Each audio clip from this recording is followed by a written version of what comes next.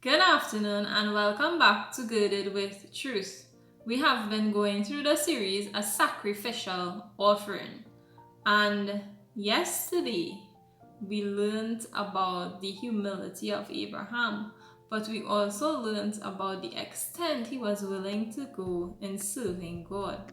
Today we're talking from the perspective released and redeemed.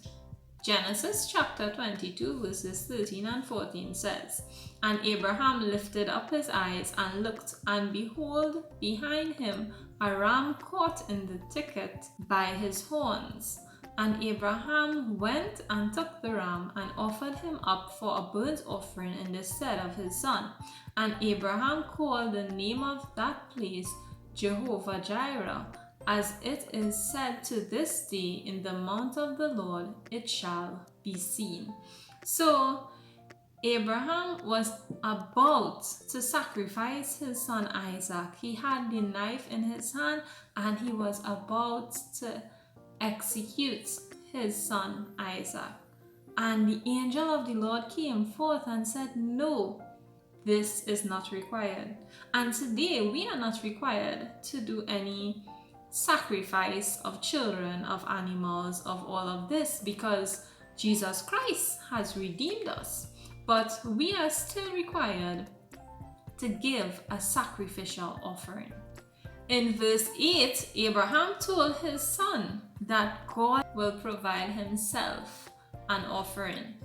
Abraham did not tell his son what he was about to do, but by the time he was finished tying him up, laying him up on the altar, Isaac had an idea of what was about to happen.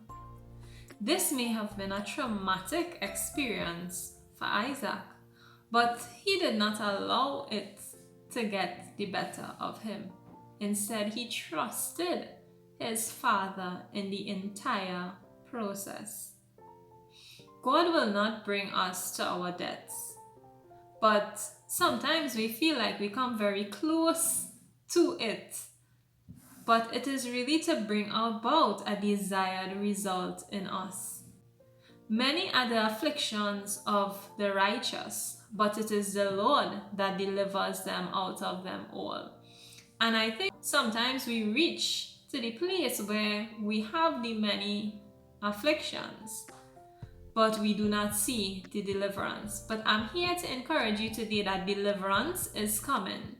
God has heard us and He has decided to answer. But He also requires a sacrificial offering. Because we don't offer like this anymore, that does not mean that God doesn't expect us to sacrifice something. Sometimes it means sacrificing the comfort that we once had in order to get into the promised land. Sometimes it means leaving what we once knew behind and going towards where God wants us. Sometimes it means giving up a mindset or certain habits that we have in order to grab hold of the mindset God wants us to have, having the mind of Christ. Sometimes it may mean giving up relationships we once had to go to the relationships that God has for us.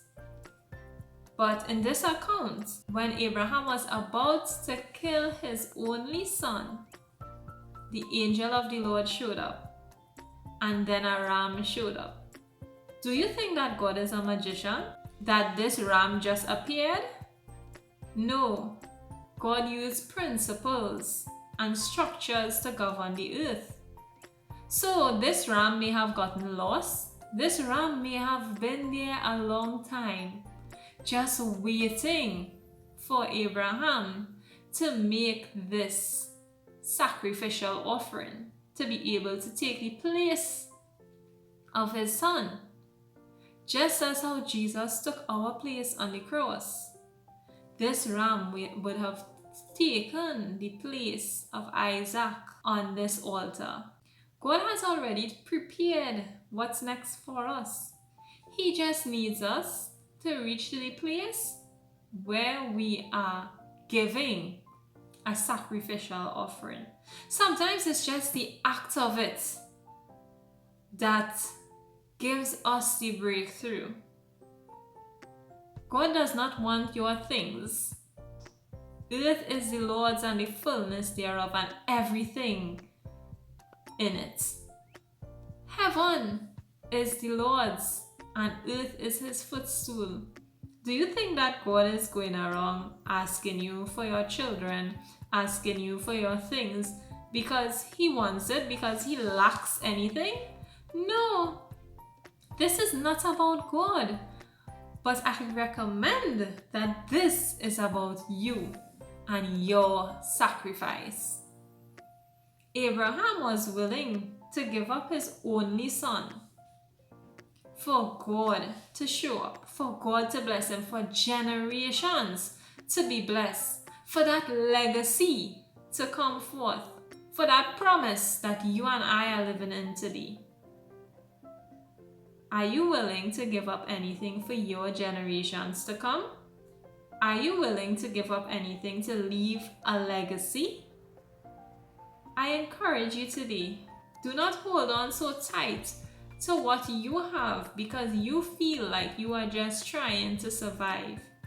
Instead, release it and allow God to pour more into you, that generations will be blessed. God requires from you a sacrificial offering. Not a regular offering, a sacrificial offering. What will you lay by the altar today? I ask you again, what are you willing to sacrifice unto God to prove to him that you are more interested in his presence than his tangible presence? I encourage you today, give a sacrificial offering and watch God bless you more than you can ever imagine. Thank you so much for listening. Have a wonderful afternoon. Bye.